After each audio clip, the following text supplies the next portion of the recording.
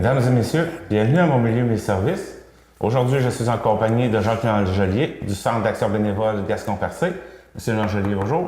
Bonjour Jean-Denis. Ça va bien? Ça va très très bien. On fait un bout qu'on ne s'est pas vu. Oui, mais probablement à cause de la neige. Donc on a ralenti les déplacements. Trop de tempête. Trop de tempête, exactement. Donc aujourd'hui, de quoi vous venez nous parler? Bon, on va faire le tour de différents sujets parce que ça fait quand même un bout qu'on ne s'est pas vu. Moi, j'aimerais rappeler aux gens au niveau de la popote roulante des repas congelés. Les repas congelés, c'est un nouveau service qu'on offre depuis, je dirais, le mois de novembre-décembre. Il y a la popote roulante d'abord qui est dans tous les secteurs de la MRC Rocher-Percé. Alors, je rappelle que ça, c'est un service de repas chaud, c'est fait par un traiteur, c'est livré à domicile par des bénévoles. C'est toujours 4 $ du repas. Alors, c'est sûr que pour répondre à recevoir ce service-là, bien, il y a des critères. Les critères, c'est une personne en perte d'autonomie, souvent sans ressources, souvent isolée aussi. Elle peut être post-hospitalisée, elle peut avoir des problèmes de mobilité qui font que se préparer un repas devient un problème. Alors, la popote roulante est là justement pour leur faciliter la tâche. Puis le but, c'est toujours le maintien à domicile dans la qualité de vie à domicile. Maintenant, depuis, comme je te disais, depuis le mois de novembre ou décembre, on a rajouté, grâce à la collaboration du Centre d'action bénévole de Maria, un service de repas congelé. Service de repas congelé, je ne les nommerai pas, mais il y a beaucoup de sortes. Ça peut répondre au goût de tout le monde. C'est toujours 4 $ du repas. À l'exception d'une chose, c'est que nous, on ne fait pas la livraison des repas congelés. Les gens qui ont besoin de ces repas-là, qui répondent aux critères, ça peut être des personnes, comme je vous dis, qui vivent à domicile avec les critères que je viens de nommer. Ça peut être aussi des aidants naturels, des gens qui prennent soin d'une personne, puis qu'à un moment donné se rendent compte qu'ils sont épuisés parce que prendre soin d'une personne, 7 jours par semaine, 24 heures par jour, ça demande de l'énergie. Donc, peuvent avoir recours à ces repas congelés, ça aussi pour avoir un peu de répit. Alors, les repas congelés, c'est 4 $. Et quand une personne dit « Moi, je garde ma mère serait intéressée, disons, à avoir des repas congelés », il faut absolument que cette personne-là ait une ressource pour venir chercher les repas au Centre d'action bénévole. OK, c'est la personne qui doit se déplacer, ou en tout cas, trouver quelqu'un. Sa ressource. C'est dans 99,9% des cas, c'est une ressource. Ça peut être un voisin, ça peut être l'aidant naturel, ça peut être un frère, ça peut être n'importe qui est une personne significative pour la personne, puis qui dit « J'ai entendu parler que vous avez des repas congelés, genre boulette à l'italienne, bœuf aux légumes, lasagne à la viande, pâté chinois, pavé de saumon, en tout cas, il y a toutes sortes de galettes de morue salée, il y a toutes sortes de repas. Puis à ce moment-là, nous, on reçoit la personne, puis on lui dit « Bon, ben voici la liste, ça serait quoi les goûts de votre personne? » Fait qu'habituellement, la personne nous a appelé, puis elle dit « C'est quoi vous avez comme repas? » Elle va dire ça à sa personne, puis elle arrive au centre, puis à ce moment-là, on dit « T'en veux combien de chaque? 2, 4, 6, on va vendre. » Est-ce que c'est un service de traiteur qui fait aussi les repas congelés? Ça, c'est fait au Centre d'action bénévole de Maria. Okay. Et c'est fait par des équipes bénévoles. Moi, je suis allé sur place, j'ai vu ces gens-là. D'abord, c'est organisé de façon très sécuritaire, qualité de repas, puis c'est des mets aussi. Il n'y a pas de frites, là. Il y a des patates pilées, il y a des bons légumes, c'est des bonnes choses. Puis c'est des bénévoles, eux, qui font ça, qui desservent leur secteur, puis qui ont dit « Oui, on peut vous aider ». D'emblée, moi, quand j'ai appelé au Centre d'action bénévole de Maria, ben, j'ai dit « Garde, on aimerait ça comme vous faites. » Puis il n'y a eu aucune hésitation. « Oui, nous allons le faire ». Les bénévoles ont décidé « Oui, au lieu d'en faire 50, on va en faire 100. Puis on va être capable de vous fournir un repas pour votre clientèle. » Puis, est-ce que c'est le monde qui va avoir ça va vous contacter, j'imagine, pour... Oui. C'est les gens qui appellent, parce que nous, on fait de la publicité, tu vois, j'en ai fait ici ce matin. Là. Fait que quand les gens entendent parler de ça, ils peuvent nous contacter. Mais encore là, comme je t'ai dit, il y a des critères. Fait que ça se peut qu'il y a des gens qui appellent et disent ben, moi, je vis tout seul, puis non, j'ai pas de problème de santé, pas de problème de perte de mobilité, d'autonomie, moi, je suis en pleine forme. Bien, ça répond pas aux critères. C'est pas parce qu'on veut pas se faire à manger qu'on peut pas participer. Exactement, bien résumé. Puis la popote roulante, donc ça, c'est un service de traiteur. Ça se trouve avec qui, les traiteurs? Traiteur pour le secteur de Grande-Rivière, pour le secteur que nous couvrons, c'est le restaurant Coq d'Or. Le restaurant Coq d'Or il va faire Grande-Rivière, Sainte-Thérèse, Cap-d'Espoir, Percé. Puis pour la région de Chandler? La région de Chandler, c'est le sieur de Pabot. c'est le Sieur de Pabot. On est rendu à 2 traiteurs, j'espère que j'en oublie pas. Non, d'après moi, c'est les 2. Ah non, non, puis il y a l'Étal à Gascon, le restaurant L'Étal à Gascon. On avait un restaurant Newport qui a fermé. Donc, on est venu au Sieur de Pabot pour savoir si, puis finalement, bon, on a pu continuer le service. C'est généreux de leur part. Ben oui, c'est généreux, certain. Puis maintenant, il y a aussi, vous avez indiqué Présage. C'est quoi? Ouais, Présage, c'est nouveau. Ben, c'est nouveau. Il y a beaucoup de bénévoles qui vont nous écouter puis qui ont entendu parler de ça parce qu'ils ont déjà assisté à ces rencontres-là. Dans le fond, Présage, c'est un organisme sans but lucratif. Puis je vais le lire au lieu d'essayer d'inventer, là. C'est un organisme sans but lucratif qui contribue au développement du milieu communautaire des aînés. Alors, ça fait 40 ans qu'il existe. Eux autres, ce qu'ils font, dans le fond, ils se déplacent dans toutes les régions du Québec. Là, ça va se faire, disons, à partir du mois d'avril, je pense, mai, juin. Ils vont se déplacer dans toutes les régions du Québec, la Gaspésie aussi, Île-de-la-Madeleine. Et ils viennent, comment je te dirais bien ça, eux autres, ils donnent des conférences. Et le but de ça, c'est de réunir des bénévoles de différents secteurs d'activité. Moi, comme Centre d'action bénévole, je vais y être. D'abord, nous sommes l'organisme porteur pour l'accueil de cette journée-là, le 18 mai. Alors, le Centre d'action bénévole s'occupe de tout ce qui est technique là, pour l'organisation de cette journée-là. Et des bénévoles de tous les secteurs sont invités. Ça se peut qu'au niveau des loisirs, tu es invité. Au niveau pastoral, tu es invité. Au niveau de, je sais pas, école en fermière, etc. Alors là, la publicité se fait. Tous les gens qui disent ça. Parce que l'intéressant de cette journée-là, c'est qu'on est à peu près une centaine. C'est interactif. On n'est pas là pour écouter des conférences pendant 5 heures de temps. On est là pour réagir, on est là pour parler de nos expériences. Puis souvent, quand on ressort de là, moi, ça fait 4-5 fois que j'assiste à ça. Et quand on ressort de là, d'abord, on est énergisé. Et deuxièmement, on a eu des trucs. Parce qu'à faire de l'action bénévole tous les jours dans le même secteur, des fois, on se questionne plus. Ça va comme d'emblée. Mais quand on discute avec d'autres gens de d'autres forme de bénévolat, il arrive souvent qu'on apprend. Puis il arrive souvent qu'on apprend aux autres aussi. Donc, c'est très intéressant. Donc, c'est une journée pour avoir des conseils. Dans le fond, oui, des conseils, c'est des conférences, on dîne sur place, il y a beaucoup de partage qui se fait. Donc, moi, ça se peut que je me retrouve avec des gens, je sais pas, de la baie des Chaleurs, parce qu'à ce moment-là, ben, on jase ensemble. Puis qu'est-ce que tu fais de bon? Puis, ah ouais, tu fais ça toi aussi, moi aussi. Fait que c'est des conférences aussi, ils vont nous guider là-dessus. Il va y avoir des mises en situation aussi. Qu'est-ce que tu ferais s'il y avait ça? Fait que dans le fond, c'est le 18 mai prochain. Ça se passe au centre d'accueil La Villa Pabot. Ça coûte 50 $ pour la journée. 50 $, ça peut paraître, 50 $, mais je vous dirais que quand on assiste à ça, qu'on arrive là à 7h30 le matin, qu'on sort à 3h de l'après-midi, on a dîné ensemble, il y a des pauses santé, il y a tout ce qu'il faut, c'est pas cher à payer. Parce que toute la documentation est incluse là-dedans, les repas, les pauses santé, tout. On est reçus comme des rois. Donc, en plus, on est servi par le restaurant. Oui. C'est un traiteur, là, on fait préparer les repas, puis on est servi à notre table, là, puis c'est la soupe, le mets principal, puis le dessert, puis c'est des très bons repas. Là. C'est pas... Est-ce qu'il y a un thème pour cette journée-là? Oui, il y a un thème, c'est un problème, 36 solutions. Chaque année, il change de thème, dans le fond. Cette année, le thème, c'est un problème, 36 solutions. Ça, c'est assez intéressant. On sait que quand on entend souvent à tout problème une solution, mais si on se rend compte que il y a plus qu'une solution à un problème, bien là, c'est drôlement encourageant dans le sens que peut-être que toi, tu vas me dire, ben moi, c'est pas ça que j'ai fait. J'ai eu un problème, moi, d'accompagnement avec une personne, puis moi, j'ai fait telle chose, et toi, tu peux me dire, ben regarde, c'est pas ça du tout que j'ai fait. Moi, j'ai fait telle affaire. Ah, tabarnouche, c'est bon. J'avais pas pensé à ça. Donc, si on prend la peine d'échanger nos expériences, bien, c'est sûr que quand je vais sortir de cette journée-là, bien, écoute, là, je vais être réénergisé, puis je vais avoir beaucoup plus d'arc à mon arc, de flèches à mon arc, on va dire. Je sais pas si c'est comme ça qu'on dit ça. Je pense que c'est de corde à mon arc, voilà. Bon, ça arrive. Pour continuer mon action bénévole, puis être plus à l'aise là-dedans. Parce que je vais être plus à l'aise, ça, c'est évident. J'ai eu l'expérience des autres, puis je me dis, tabarnouche. Puis le fait aussi, dans ces journées-là, d'apporter aux autres. Tu as le sentiment, tu sors de là, d'avoir apporté quelque chose à l'autre.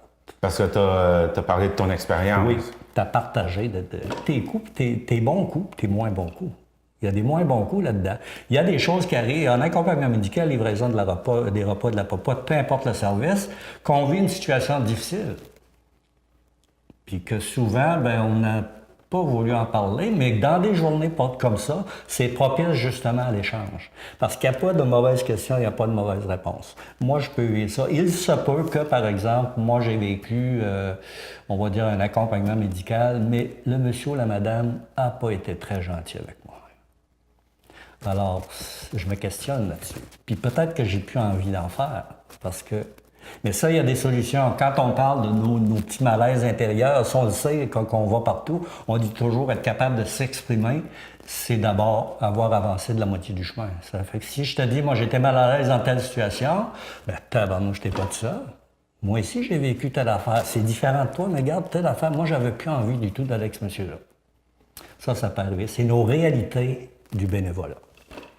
Dans le fond, en même temps, quand on va là, ben, on peut donner des conseils puis on peut en recevoir aussi. Exactement. Puis s'il y a des gens qui m'écoutent qui disent que ça serait intéressant d'y aller, ils appellent au Centre d'action bénévole, on va tous leur donner les coordonnées pour s'inscrire.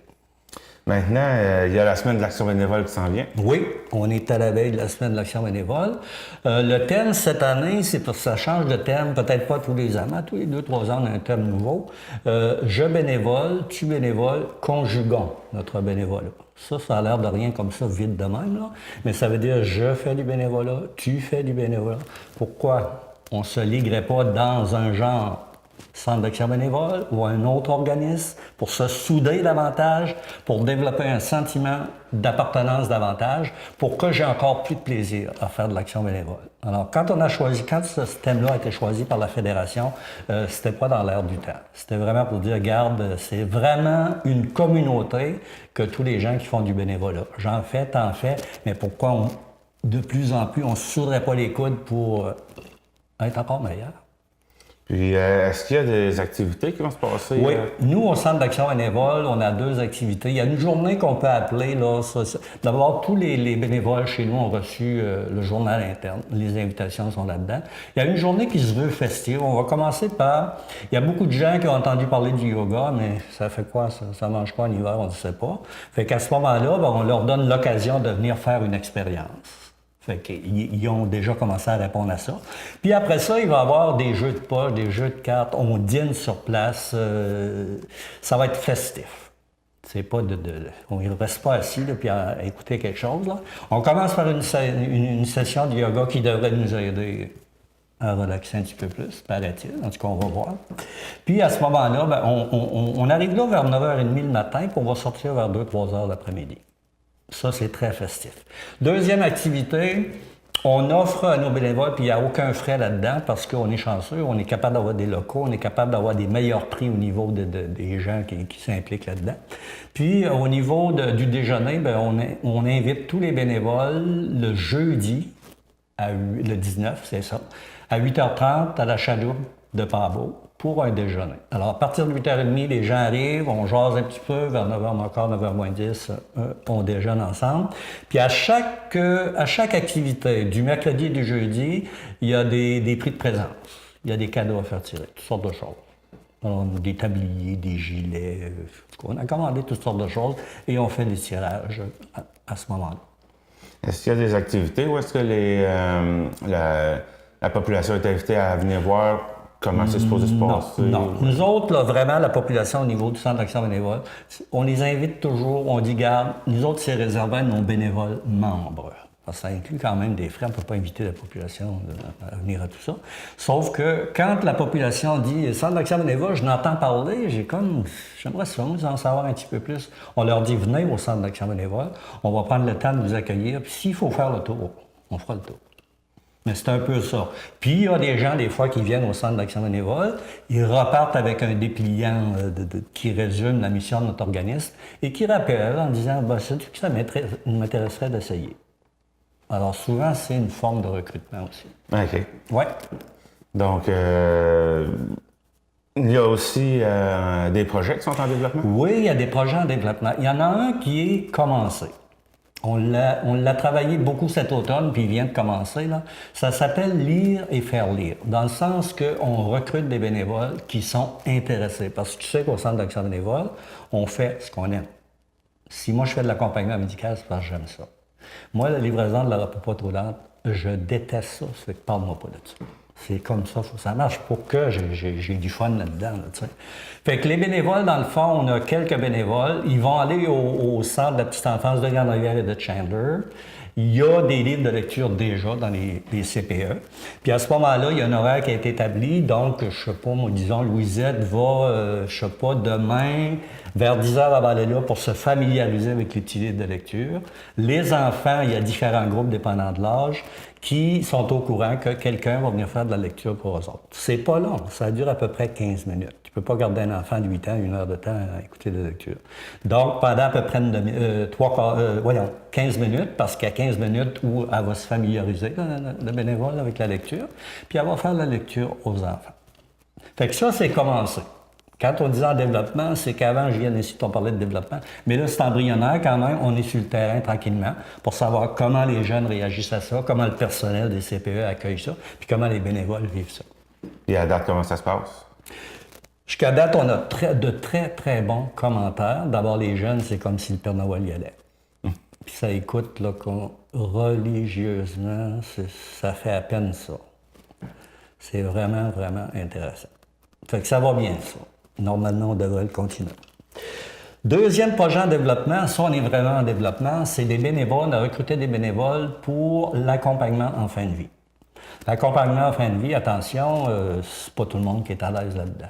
Moi, j'ai beaucoup de compassion pour les gens qui souffrent, mais peut-être que moi, je peux pas les approcher en fin de vie. Ça, c'est trop me demander. Par contre, il y a des gens qui sont capables de faire ça. Alors, ils se sont inscrits là-dedans en disant « Oui, ça m'intéresse ». C'est sûr que le personnel du Centre d'action bénévole va aller suivre une formation au mois de mai, une formation quand même de 36 heures sur les tenants et aboutissants de l'accompagnement en fin de vie.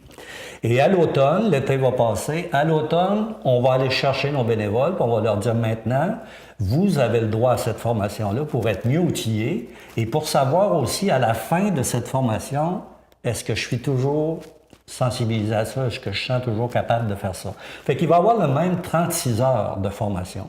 Mais on ne dira pas aux bénévoles, venez pendant 3 jours, 36 heures. On va leur donner 1 heure de formation par semaine pendant 6 semaines sur différents éléments reliés à ce projet. Alors, ça vise 2 choses. C'est d'abord, comme je l'ai dit tantôt, mieux les outiller et à la fin, être sûr et certain que oui, ça me plaît, moi je suis à l'aise là-dedans et j'y vais. Il y en a combien qui se sont inscrits pour ce programme-là? Là, on a à peu près, je te dirais, une douzaine. Douzaine, ça peut être des gens un peu de la MRC, là. C'est pas juste de Chandler, là, tu sais. Mais ça peut se faire, l'accompagnement en fin de vie, il peut se faire à l'hôpital le plus souvent. Il peut se faire à la Villa Pavot aussi. Il peut se faire à domicile. Ça prend quelle forme, ça, l'accompagnement de fin de vie? Ben, en tout cas, ce programme-là, est-ce que la personne se rend à l'hôpital pour, je sais pas, c'est quoi? C'est-à-dire que, disons, le centre d'accueil, la Villa Pavot, nous autres, on commence là, à faire de la publicité là-dedans. Puis, on va avoir, comme n'importe quel service, nous autres, on travaille beaucoup avec le personnel de la Villa Pavot, le personnel de l'hôpital, le personnel du CLSC. Eux autres, ils vont être au courant qu'il y a des bénévoles qui vont être formés. Et ces bénévoles-là, d'ailleurs, une petite parenthèse, il y en a qui ont déjà fait ça et qui veulent recommencer. Alors, le personnel va être au courant que si la famille désire recevoir de l'aide pour avoir du répit, de façon à ce qu'un bénévole aille tenir compagnie à cette personne-là, à ce moment-là, ils vont nous appeler au Centre d'action bénévole. Parce que c'est pas moi qui vais aller les voir et dire « j'ai un bénévole, puis il peut venir ». Si vous désirez, il y a des ressources disponibles pour vous donner du répit. OK, c'est ça, je me demandais justement comment c'est. Alors, centre d'accueil, la Villa Pavot, c'est la même chose.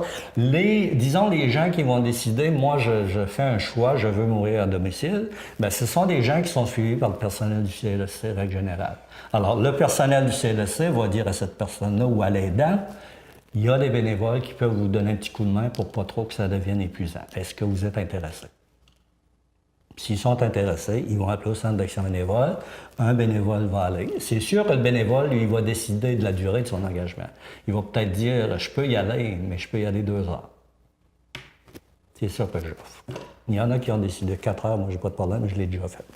Mais c'est vraiment, là, c'est comme n'importe quel autre service du centre d'action bénévole. On travaille tout le monde ensemble à la MRC, puis c'est les gens, finalement, qui vont décider. C'est pas le CLSC, puis c'est pas l'hôpital. C'est vraiment la famille qui va décider. Il y a ce service-là au centre d'action bénévole. Oui, ça m'intéresse. Ou non. Moi, je préfère aller jusqu'au bout. avec ma mère, mon père, mon frère, etc. Mais le service est là. Si vous voulez vous en prévaloir, on est là. Bon, bien, est-ce qu'on a fait le tour? Oui, on a fait le tour. On rappelle les coordonnées? Oui, coordonnées, on est toujours au 390 René Lévesque West Chandler, 689-6023. Puis moi, je dis toujours, c'est sûr qu'on est une équipe de 135 bénévoles membres, mais il y a de la place, il y a toujours de la place. Il y a toujours de la place. C'est qu'on est toujours en recrutement de bénévoles. Puis je vous dirais qu'au Centre d'action bénévole, c'est une très belle place. Il y en a d'autres belles places. Mais moi, je vais parler de ma paroisse. C'est une très belle place pour se réaliser bénévolement. Il n'y a pas juste qu'on fait du bénévolat, on s'amuse énormément. C'est une belle famille. Merci d'être passé nous voir. Merci Jean-Denis et à la prochaine. À la prochaine.